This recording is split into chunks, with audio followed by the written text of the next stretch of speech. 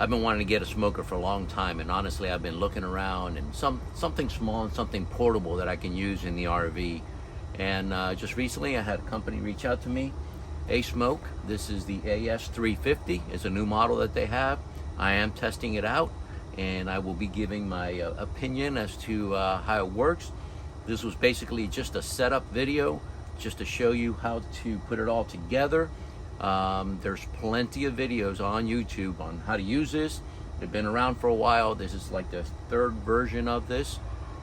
And so if you need some more in-depth information on the grill, go to YouTube and find it. Other than that, I'm looking forward to using it, checking it out, and we're gonna start off with some wings. See you on the next one.